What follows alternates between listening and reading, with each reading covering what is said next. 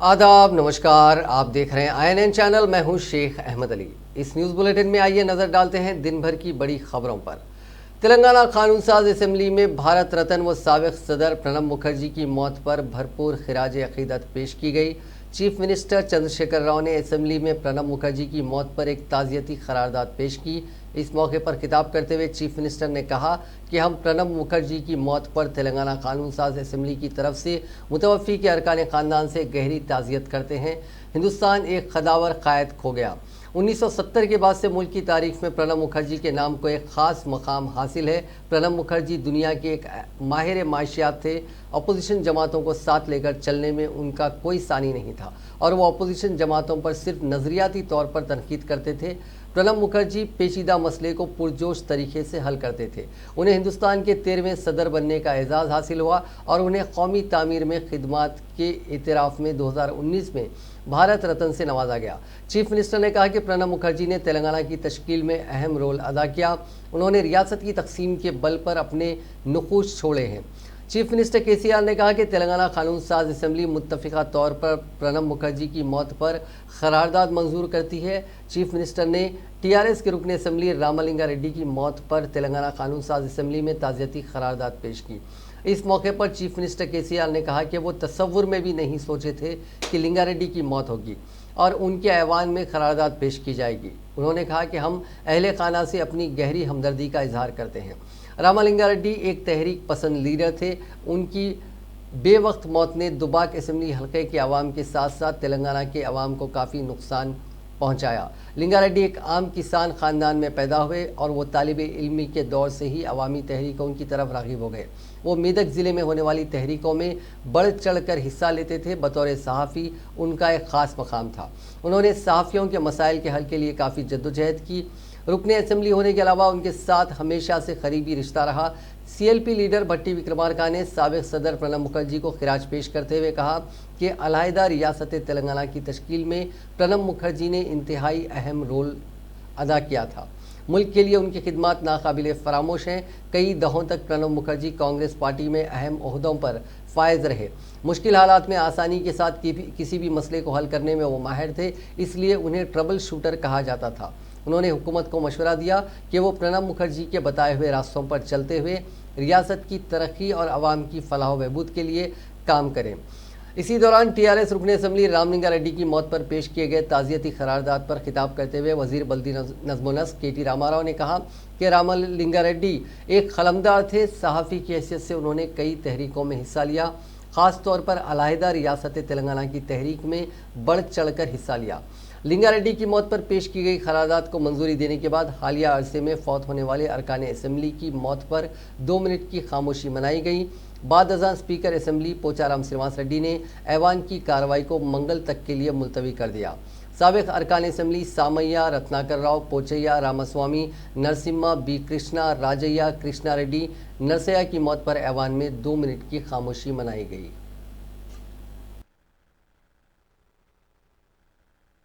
మరియు జలుబు వంటివి ఉన్నట్లయితే అవి తగ్గే వరకు ఇంట్లోనే విశ్రాంతి తీసుకోవాలి.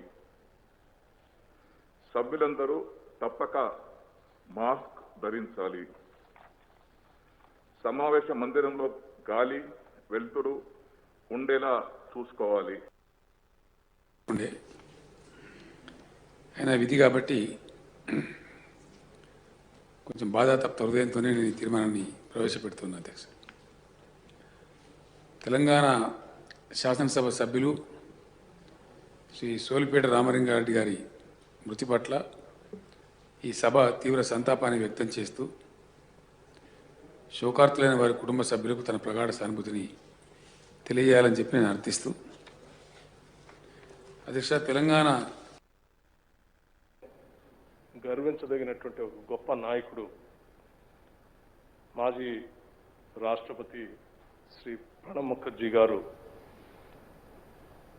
31 ఆగస్టు 2020న మరణించడం ఈ దేశానికి, ముఖ్యంగా అనేక సంవత్సరాలు దశాబ్దాలు పోరాటం చేసి తెచ్చుకున్నటువంటి తెలంగాణ సమాజానికి కూడా చాలా పెద్ద ఎత్తున నష్టంగా నేను భావిస్తా ఉన్నాను. అధ్యక్ష, శ్రీ ప్రణబ్ ముఖర్జీ గారు పశ్చిమ బెంగాల్లో పుట్టి ఈ భారత జాతిలో మమేకమై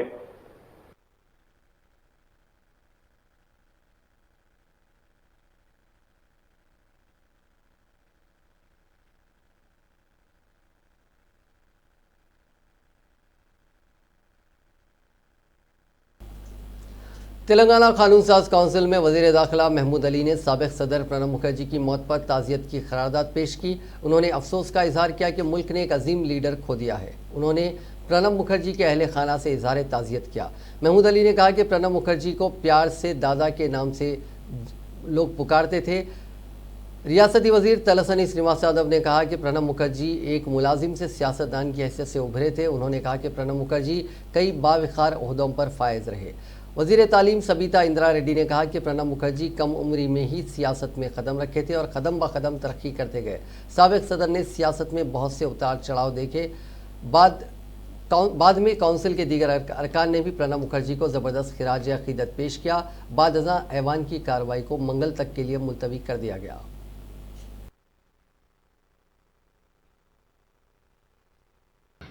శ్రీనివాస్ యాదవ్ గారు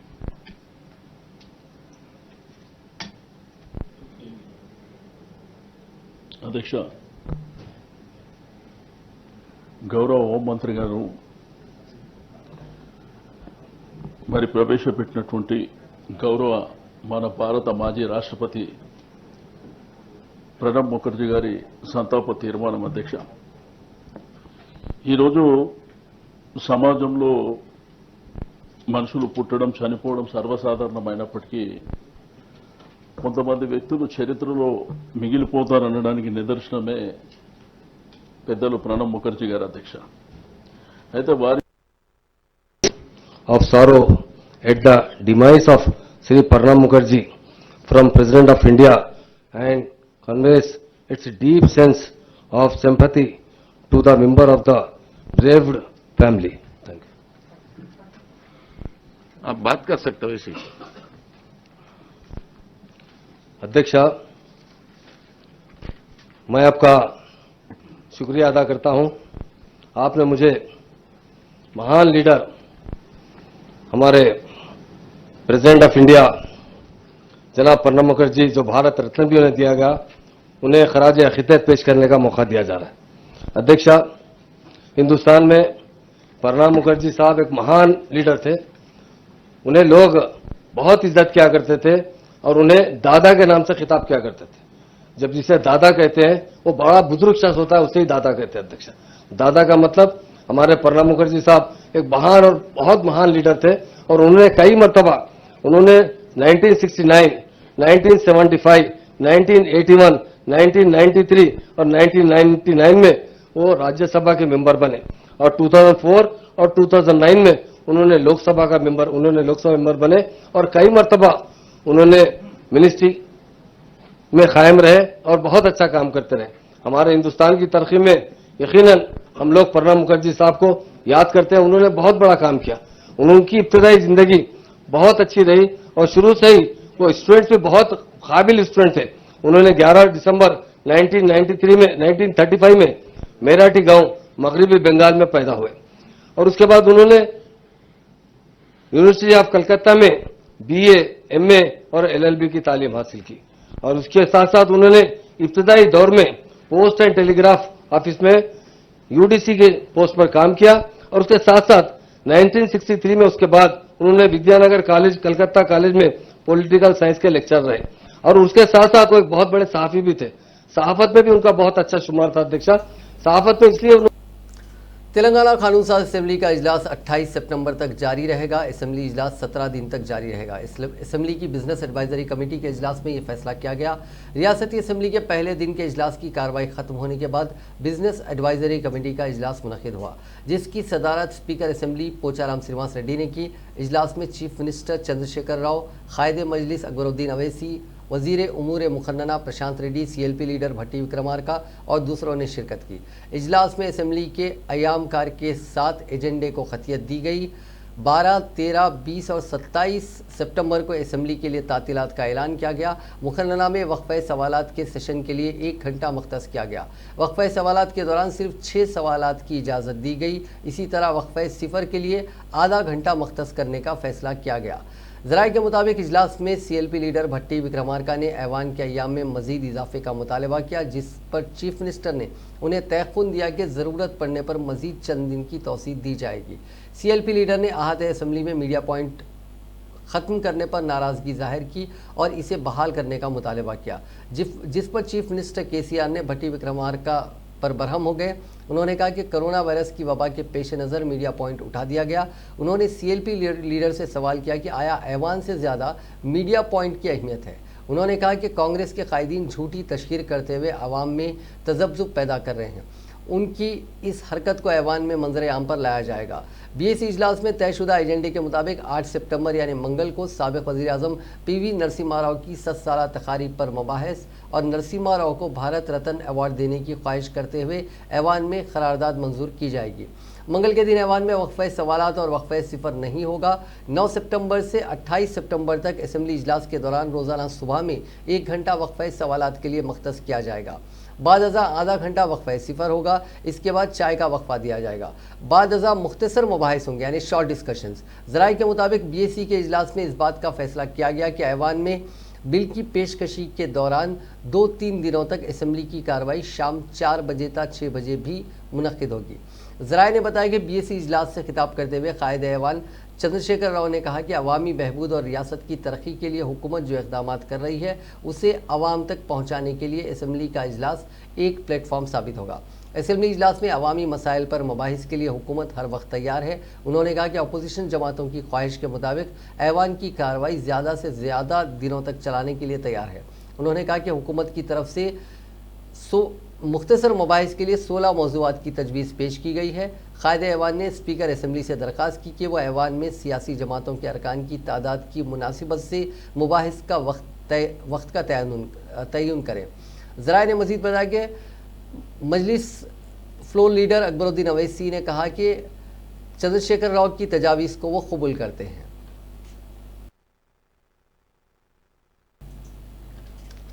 तेलंगाना कांग्रेस पार्टी के लेजिस्लेचर पार्टी का इजलास पीर के दिन मुनक्किद हुआ, जिसमें असेंबली में पार्टी की हिकमत अमली पर तबादला ख्याल किया गया। CLP दफ्तर में अरकान मुखन्नना के साथ हुए इजलास के दौरान फ्लोर लीडर भट्टी विक्रमार्का ने कहा कि VR निज़ाम को बर्खास्त करने की सख्त मुखालिफत की जाएगी। उन्होंने कहा कि हुकूमत का ये एक तरफा फैसला है, इस मसले पर असेंबली में बहस होनी चाहिए। कांग्रेस पार्टी इस पर हुकूमत पर दबाव डालेगी। इसके अलावा कोरोना केसेस के गलत आदाद व शुमार, सरकारी हॉस्पिटल्स में गरीब आवाम का इलाज से महरूम होना, उन तफसीलात उन मौज़ूआत पर भी असेंबली में बात की जाएगी।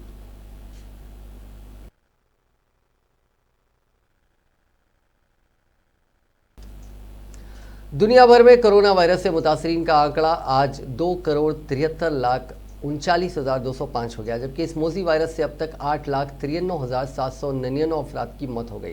हिंदुस्तान में कोविड-19 के मुतासरीन का आंकड़ा 42,04,613 हो गया, जबकि 71,642 अफराद हलाक हो चुके हैं। तेलंगाना में मुतासरीन की तादाद 1,42,771 हो गई है, जबकि 895 अफराद हलाक हो चुके हैं। तेलंगाना में इतवार के रोज़ 1,802 नए मामले सामने आए थे और 9 अफराद की मौत हुई थी। रियासत में फ़िलहाल 31,635 एक्टिव केसेस हैं। रियासत में अब तक 1,10,241 अफराद इस मौजी वायरस से सेहतियाब भी हो चुके हैं। आदिलाबाद ज़िला परिषद vice chairman R Rajanna corona virus से फौत हो गए। उन्हें चंद दिन कबल इलाज के लिए हैदराबाद के खानगी हॉस्पिटल में शरीक किया गया था, जहां आज सुबह उन्होंने आखिरी सांस ली। तेलंगाना के वजीर इंदिरा किरण रेड्डी ने उनकी मौत पर गहरे रंज का इजहार किया। हैदराबाद में तकरीबन 5 माह के वक्फे के बाद आज से मेट्रो ट्रेन ने दोबारा दौड़ना शुरू कर दिया। कोविड रहनुमायाना खतूत और प्रोटोकॉल के मुताबिक मेट्रो ऑपरेशंस मरहलावार अंदाज में शुरू किए जा रहे हैं। आज से मियाँपुर ता एलबी नगर राहदारी पर ही मेट्रो खिदमात का आगाज़ हुआ। नागोल और रायदुर्ग रूट पर मंगल को ये खिदमत शुरू की जाएंगी, जिसके औकात सुबह 7 बजे तक 12 बजे दिन और 4 बजे तक 9 बजे शब रखे गए हैं। हर ट्रेन का वक्फा 5 मिनट रखा गया है। आज ट्रेन के आगाज के मौके पर इब्तिदा में मुसाफिरीन की तादाद कम रही। कंटेनमेंट जोन्स के मेट्रो स्टेशन बंद रखे गए। मेट्रो स्टेशनों में दाखिल होने पर थर्मल स्क्रीनिंग की गई। कोरोना प्रोटोकॉल के मुताबिक हैदराबाद मेट्रो रेल के अहदेदारों ने मेट्रो स्टेशनों एलबी नगर ता मियाँपुर रोड की तमाम ट्रेनों को जरासीम से पाक बनाया। कोरोना वायरस के पेश नज़र टिकट्स जारी नहीं किए गए, बल्कि कैशलेस ऑनलाइन मामलात के साथ smart card, mobile QR ticket system के जरिए टिकट्स जारी किए गए। मुसाफिरों की सेहत का ख्याल रखते हुए कंटेनमेंट जोन्स में वाक़ मेट्रो स्टेशनों पर ट्रेन का तवक्कुफ नहीं किया गया। गांधी हॉस्पिटल, भरत नगर, मूसापेट, मुशीराबाद और यूसुफगढ़ स्टेशनों पर ट्रेनों को नहीं रोका गया। अहदेदारों ने मजीद बताया कि 9 सितंबर को MGBS से JBS स्टेशन तक ट्रेन चलाई जाएगी। थर्मल स्क्रीनिंग समेत तमाम एहतियाती तदाबीर अख्तियार की जाएंगी। मेट्रो स्टेशनों के फर्श पर निशानात बनाए गए। मरकज़ ने अनलॉक 4 रहनुमायाना खतूत जारी करते हुए कोरोना प्रोटोकॉल के मुताबिक मेट्रो ट्रेन खिदमात के इस्तेफादा की इजाज़त दी है। आज करीब 120 ट्रेन चलाई गईं। हालांकि कोविड से पहले रोज़ाना 800 ट्रेन चला करती थीं। आज करीब 19,000 अफराद ने मेट्रो से सफ़र किया।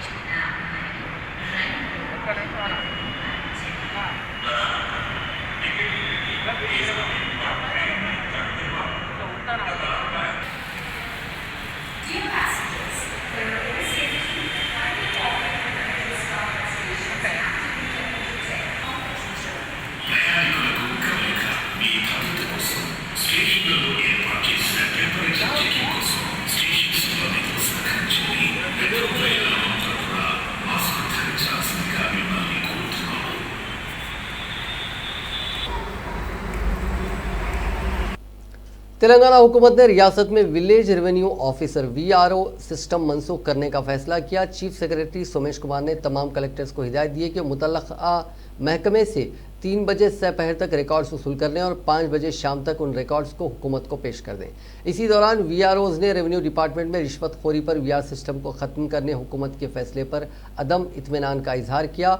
VRO सिस्टम की मनसूखी से VROs में कई शुबहात पैदा हो गए हैं। रेवेन्यू एम्प्लॉयज़ एसोसिएशन के अरकान ने VROs के मौजूदा मौक़िफ़ को वाज़े करने हुकूमत से मुतालबा किया है।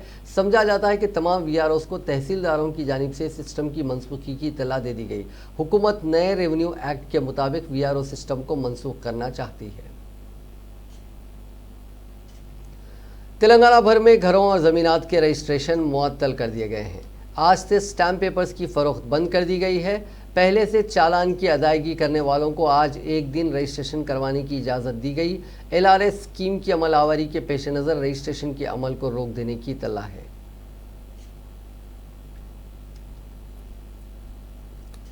पॉलीसेट 2020 के दाखिलों का शेड्यूल जारी हो गया है, जिसके तहत 12 सितंबर से पॉलीसेट में पहले मरहले के तहत दाखिले दिए जाएंगे।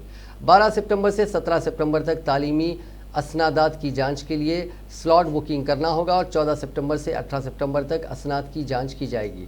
14 से 20 सितंबर तक उम्मीदवारों के लिए वेब ऑप्शंस के इंतखाबात का मशवरा दिया गया है। 22 सितंबर को सीटों का अलॉटमेंट होगा। ज़राए ने बताया कि 30 सितंबर से पॉलीसेट के आखिरी मरहले का अमल शुरू होगा। 30 सितंबर और 1 अक्टूबर को वेब ऑप्शन का इंतखाब कर सकते हैं और 3 अक्टूबर को सीटों का अलॉटमेंट किया जाएगा। 7 अक्टूबर से पॉलीटेक्निक के तालीमी साल का आगाज़ हो जाएगा। 15 अक्टूबर से पॉलीटेक्निक के क्लासेस का आगाज़ हो जाएगा। ज़राए ने बताया कि खानगी पॉलीटेक्निक कॉलेजेस में स्पॉट एडमिशन के लिए 8 अक्टूबर को गाइडलाइंस जारी किए जाएंगे। वज़ीर बल्दी नज़्म नस्क KT रामाराव ने LRS स्कीम की ऑनलाइन मी सेवा सर्विसेज का इफ्तिताह किया और LRS स्कीम से मुतालिक आवाम में शऊर बेदारी मुहिम के लिए तैयार करदा पोस्टर को जारी किया। इस मौके पर खिताब करते हुए वज़ीर मौसूफ ने कहा कि रियासती हुकूमत की जानिब से लेआउट को बाकायदा बनाने की LRS स्कीम से मुस्तफ़ीद होना चाहिए। अब तक बग़ैर मालूमात के गैर मुसल्लमा लेआउट में प्लॉट खरीदने वाले अफराद इस स्कीम से मुस्तफ़ीद हो सकते हैं। उन्होंने कहा कि शहरी और दही इलाकों में वाक़े गैर मुसल्लमा प्लॉट्स और लेआउट्स को बाकायदा बनाने का ये बेहतरीन मौका है। LRS स्कीम 15 अक्टूबर तक जारी रहेगी। इस स्कीम के तहत ज़मीन के मालिकीन मुकम्मल तौर पर अपने हुकूक हासिल कर सकते हैं। इसके अलावा हुकूमत की जानिब से फराहम किए जाने वाले मुख्तलिफ बुनियादी सहूलतों से मुस्तफ़ीद मुस्तफादा के भी अहल होंगे। उन्होंने कहा कि 15 अक्टूबर तक बाकायदा बनाने के लिए दरख्वास्त दाखिल करते हुए 31 जनवरी 2021 तक फीस अदा करते हुए अपने प्लॉट को बाकायदा बना सकते हैं।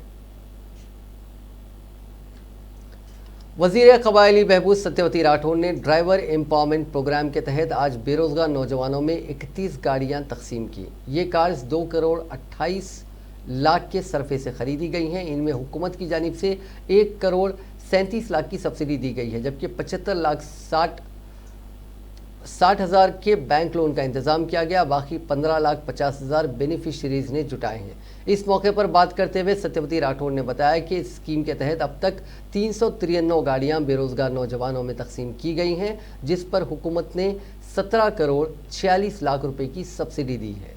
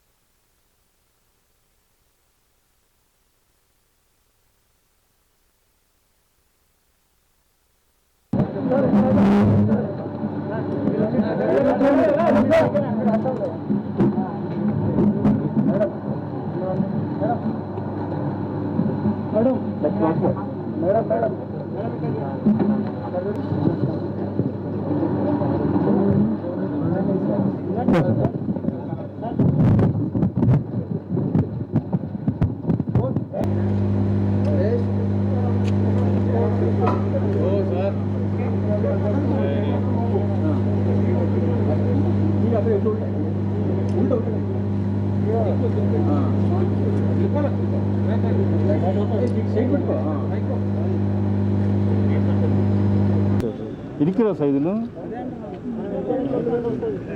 రెడీ మేడం అవునవును మేడం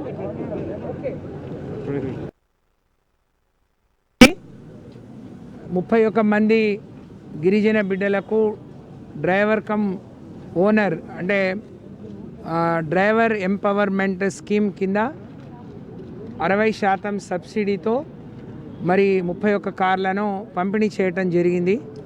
రాష్ట్ర వ్యాప్తంగా అనేక మంది గిరిజన బిడ్డలు హైదరాబాద్కు వచ్చి ఎవరెవరో దగ్గర కంపెనీల దగ్గర డ్రైవర్లుగా చేరి వాళ్లకు చాలని జీతాలతో అనేక ఇబ్బందులు పడుతున్న క్రమంలో ట్రైబల్ వెల్ఫేర్ డిపార్ట్మెంట్ 2017 నుంచి ఇప్పటి వరకు 500 మందికి ఇదే రకంగా 60% సబ్సిడీ, 30% బ్యాంక్, 10% వాళ్ళ సెల్ఫ్ కాంట్రిబ్యూషన్తోని 500 కార్లను ఇప్పటికే ప్రొవైడ్ చేసాం। మా గిరిజన బిడ్డలు ఆ కార్లు ప్రొవైడ్ చేయడం ద్వారా వాళ్ళు సొంతంగా వ్యాపారం చేసుకోవాల్సిన అవసరం లేకుండా ఇటు మారుతి సంస్థతోని అలాగే ఊబర్తో వాళ్ళను కలిపి ఈ కార్లు ఇవ్వటం ద్వారా వాళ్ళ ఈఎంఐలు తొందరగా కట్టుకోవడం, ఎక్కువ డబ్బులు సంపాదించుకోవడం, వాళ్ళ కుటుంబాన్ని సంతోషంగా పోషించుకునే మరి అవకాశం వాళ్ళకి ఏర్పాటు చేశాం। కాబట్టి చాలా సంతోషంగా వాళ్ళకి ఎంత ఆదాయం వస్తుంది, ఏ విధంగా కట్టుకుంటున్నారు చాలా బాగా చెప్పారు। మరి ఇలా కృషి చేసిన మా సెక్రటరీ గారికి, మా ఎంటైర్ టీం, ట్రైకార్ టీంకి, మాకు సహకరించిన ఎస్బీఐ వారికి, అలాగే మారుతి, ఊబర్ సంస్థలందరూ వాళ్ళ ప్రతినిధులకు నేను ధన్యవాదాలు తెలియజేస్తూ మరి రాబోయే రోజుల్లో సుమారు 1000 మంది మరి డ్రైవర్ కమ్ కార్లు ఇవ్వాలని మేము యాక్షన్ ప్లాన్ చేసుకుంటున్నాం। अंडर ग्रेजुएट कोर्सेज में दाखिले के लिए दोस्त एप्लीकेशन के तहत दरख्वास्त देने वालों के लिए वेरिफिकेशन का आज आखिरी दिन था, लेकिन सर्वर डाउन होने की वजह से सैकड़ों तुलबा को परेशानियों का सामना करना पड़ा। सिटी कॉलेज में कई तुलबा को अपनी दरख्वास्त का वेरिफिकेशन करवाने घंटों इंतज़ार करना पड़ा। इस दरमियान कुछ तुलबा के सिटी कॉलेज में दोस्त हेल्प सेंटर के ओहदेदारों से तल्ख बहस भी हो गई।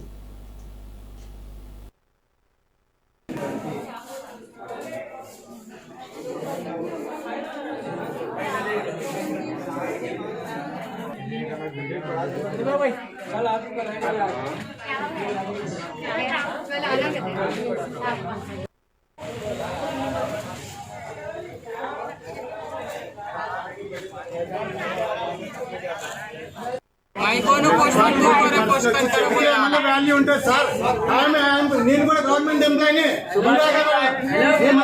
మీరు రెస్పాన్స్ గా చెప్పండి, చెప్పండి సార్ వాళ్ళు ఏమైంది ఎంప్లాయీ ఏమో తెలియదు మాకు నో వాల్యూ నోటీస్ అని చెప్పారు సిస్టంలో పిల్లలు కదా పిల్లల వాళ్ళు చాలా ఆవేశిస్తున్నారు నేను చెప్పాను ఇప్పుడు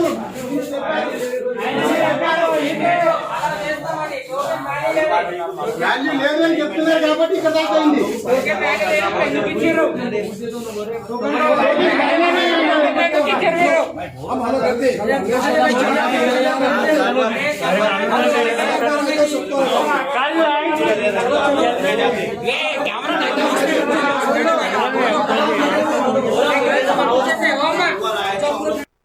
हम जाने का टाइम करेंगे अगर हम बेहतर नहीं आता तो चांस कल करूंगा अगर टोकन में तो कल करेंगे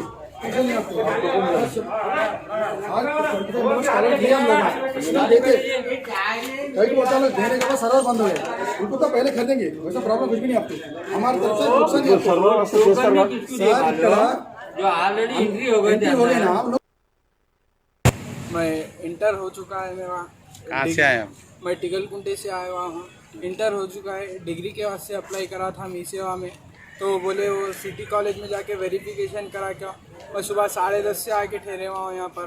10:30 से 12 बजे तक 12:30 तक करे वो लोग।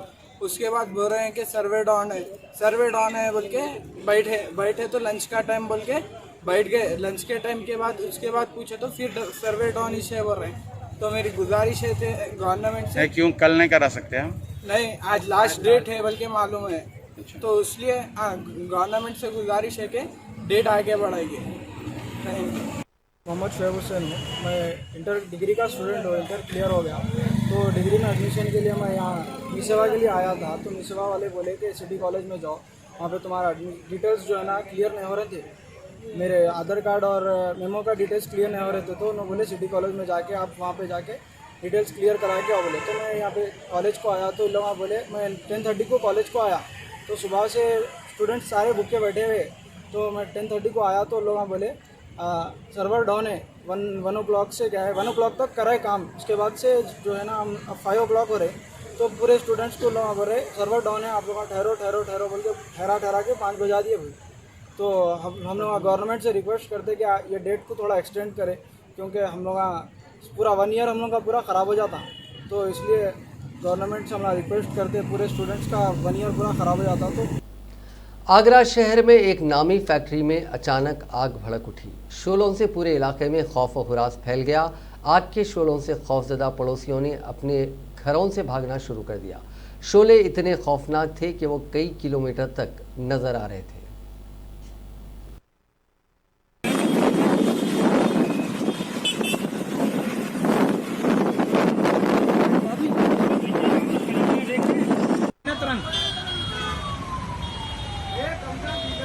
जाए पीछे का कॉलोनी है, जाके कॉलोनी है तो खैर छुट्टी है गई यहाँ में हर साल लगाते आगे चालू कहाँ थे जालंग थे भैया में क्या बोलते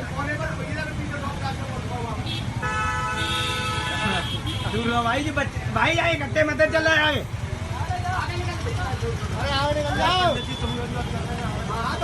अरे सवाल मकान है मकान है पीछे ना आग कितना। सीसीएस शमशाबाद क्राइम टीम ने केट की टेक्निकल मदद से बैन रियासती 2 आदि सारिकीन को गिरफ्तार करते हुए उनके कब्जे से 6,70,000 रुपये नगद रकम, 325 ग्राम तलाई जेवरात, 1 किलो चांदी के जेवरात, एक मोटरसाइकिल और दीगर अशिया जब्त की। जब्तशुदा माल का तखमीना 20,50,000 रुपये बताया गया है।